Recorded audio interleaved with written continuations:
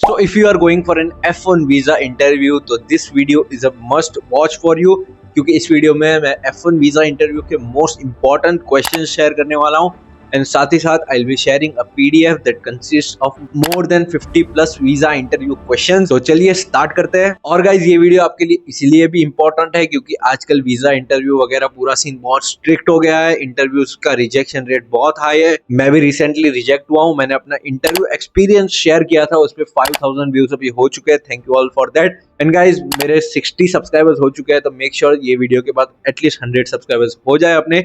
तो चलिए बिना टाइम वेस्ट किए शुरू करते हैं। मैं आपको डायरेक्ट क्वेश्चंस बताने की जगह पर्टिकुलर टाइप के क्वेश्चंस बताऊंगा सब हेडिंग के साथ। सो सबसे पहली कैटेगरी हमारी यूनिवर्सिटी एंड एडमिशंस वाली। इसमें वही जनरल सब क्वेश्चंस के आपने कितनी यूनिवर्सिटीज में अप्लाई किया था, कितनों से आपको एक्सेप्टेंस मिला। फिर ये भी ट्विस्ट करके पूछ सकते हैं कि सिर्फ इतनी यूनिवर्सिटीज में क्यों अप्लाई किया और किसी में क्यों नहीं किया। पूछने को बहुत चीज है, लेकिन इस कैटेगरी में सबसे इंपॉर्टेंट जो क्वेश्चन है वो है व्हाई दिस यूनिवर्सिटी, जिसमें लोग बहुत ज्यादा फर्स्ट जाते हैं। इसमें आपको जेनेरिक आंसर्स नहीं देना है, जैसे कि यूनिवर्सिटी की रैंकिंग अच्छी है या फिर ये यूनिवर्सिटीज के प्रोफेसर्स अच्छे हैं।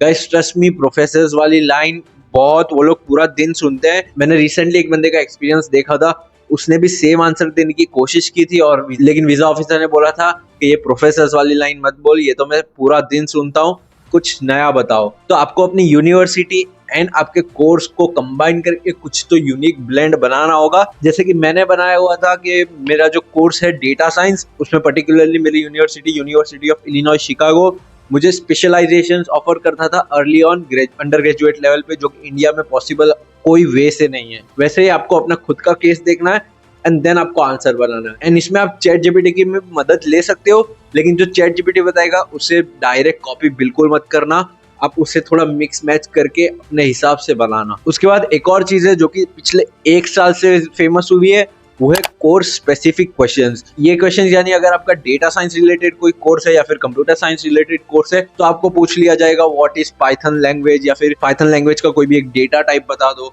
लिस्ट या डिक्शनरी का डिफरेंस बता दो। ये ज्यादातर मास्टर्स लेवल पे पूछते हैं, लेकिन फिर भी आपको प्रिपेयर हो जाना है, बस बेसिक ओवरव्यू ले लेना है। ये कुछ याद करने वाली चीज नहीं है, बट आपको देख लेना आपके कोर्स में कौन से सब्जेक्ट पढ़ाए जाएंगे। उसके बाद एक और मेन कैटेगरी वो है इंटेंट एंड करियर प्लान। इसमें एक ट्रिकी क्वेश्चन है जो कि मुझे भी पूछ लिया गया था कि why do you want to pursue bachelors in USA, यानी इसका मतलब ये है कि क्यों बाद में रुक के मास्टर्स के लिए नहीं गए या फिर इंडिया में क्यों नहीं किया। तो इसका आंसर भी कुछ इस तरीके से हो सकता है कि इंडिया में जो है ज्यादा थियरी हैवी फोकस है, लेकिन बाहर आपको हैंड्स ऑन एक्सपीरियंस मिलता है एंड अलग अलग स्पेशलाइजेशन अंडर ग्रेजुएट लेवल पे आपको ऑफर किए जाते हैं। इसमें अगर किसी ने बैचलर्स करके थोड़ा गैप लिया हो, जॉब किया हो एंड फिर मास्टर्स के लिए जा रहे हैं, तो ये भी पूछ सकते हैं कि why do you want to pursue masters now, यानी इतने सालों बाद क्यों। And then the classic question important वाला कि व्हाई ओनली यूएसए, इतनी सारी कंट्रीज में सिर्फ यूएसए क्यों चूज किया।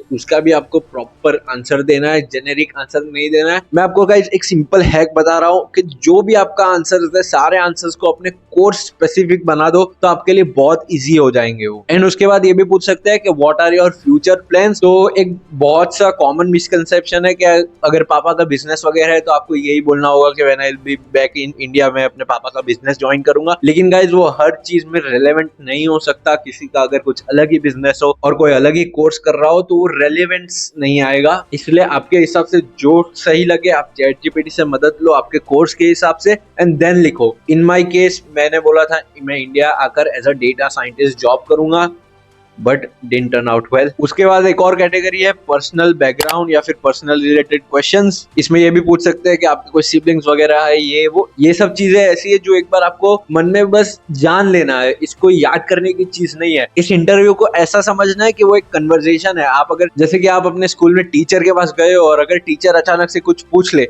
तो आप आंसर पूरा याद करके थोड़ी सुनाने वाले हो। वो ऑन द स्पॉट कन्वर्सेशन जैसा होता है। ये जो आंसर्स हम लोग प्रिपेयर करते हैं वो काइंड ऑफ बुलेट पॉइंट्स की जैसे आप प्रिपेयर करो तो वो बेहतर है, क्योंकि ट्रस्ट मी गाइस मैंने ऐसे लोग इंटरव्यू होते हुए देखा है जो कि ऐसा बोल रहे थे तो कोई भी देख के समझ जाए कि ये पूरा याद करके एक साथ बोल रहा है। हम अगर पीछे लाइन में खड़े रह के समझ जाएंगे कि ये याद करके बोल रहा है तो वीजा ऑफिसर को तो ऑफ कोर्स पता चल जाएगा। वीजा ऑफिसर को लगना चाहिए कि ये एक फ्लो में बोल रहा है, यानी कन्वर्सेशन कर रहा है मेरे साथ, मुझे आंसर नहीं सुना रहा। उसके बाद आपने कोई टेस्ट दिया हो आइल्स वगैरह या फिर एसएटी वगैरह, तो उसके सवाल पूछ सकते हैं ये सारे सवाल जो है वो रेयर केसेस में पूछे जाते हैं, इसलिए आपको बस एक बार रिफर करना है, आपको उस पर ज्यादा ध्यान नहीं देना है। ये भी पूछा जा सकता है कि आपका कोई फ्रेंड्स और रिलेटिव्स है कि नहीं, एंड मेक श्योर अगर आपने DS 160 में टिक किया हुआ है फ्रेंड्स या रिलेटिव्स वाले में, तो ही इंटरव्यू में जाके बोलना, क्योंकि दोनों चीजें सेम रहनी चाहिए। अगर आपने DS 160 में बोला है कि नहीं है कोई, तो आपको इंटरव्यू में भी बोलना पड़ेगा नहीं है कोई। अगर DS 160 से कुछ भी मिसमैच हुआ तो ऑन द स्पॉट आपको रिजेक्ट कर देंगे। इसमें गैप वाले जो है उनके लिए भी सवाल हो सकते हैं कि आप इतने टाइम से क्या कर रहे थे वगैरह वगैरह, तो उसके लिए भी आपको वेल प्रिपेयर्ड होना पड़ेगा। फिर आता है एक मेन कैटेगरी जो है फाइनेंस वाली कैटेगरी। इसमें आपको प्रिपेयर करने की इतनी हैवी जरूरत नहीं है, बट एटलीस्ट आपको कन्वर्सेशन में सब फ्लो इन हो जाना चाहिए, जैसे कि who is sponsoring your education, अगर आप बोलते हो डैड या फिर अंकल या कुछ भी, व्हाट इज हिज बिजनेस, उनका एनुअल टर्नओवर, ये सब आपको अच्छी तरह से जान लेना है।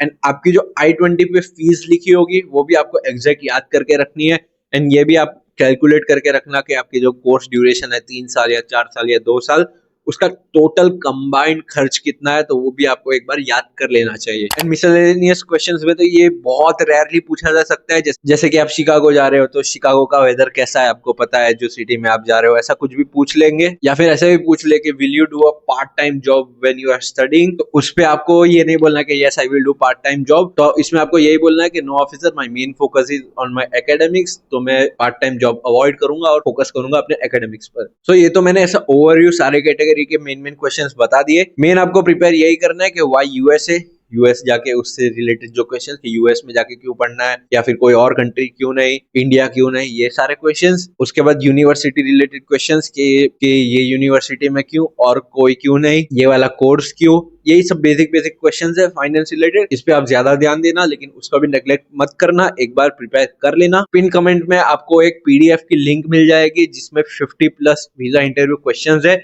वो सारे एकदम हेवीली मत प्रिपेयर करना, क्योंकि उसमें बहुत सारे क्वेश्चंस होंगे जो एक बार आपको पढ़ लेने हैं, ध्यान में रख लेना है, उस पर ज्यादा फोकस नहीं करना है। एंड अगर आप यहाँ पे पहुंच चुके हो तो मेक श्योर वीडियो को लाइक कर दो और चैनल को सब्सक्राइब कर दो। 100 लाइक्स एंड 100 सब्सक्राइबर्स का गोल रखता हूँ। एंड अगर आप टेक में इंटरेस्ट रखते हो, स्टडी अब्रॉड में इंटरेस्ट रखते हो, don't forget to subscribe my channel. ऐसे ही आगे वीडियोस आते रहेंगे। ठीक है, I will see you around in the next video.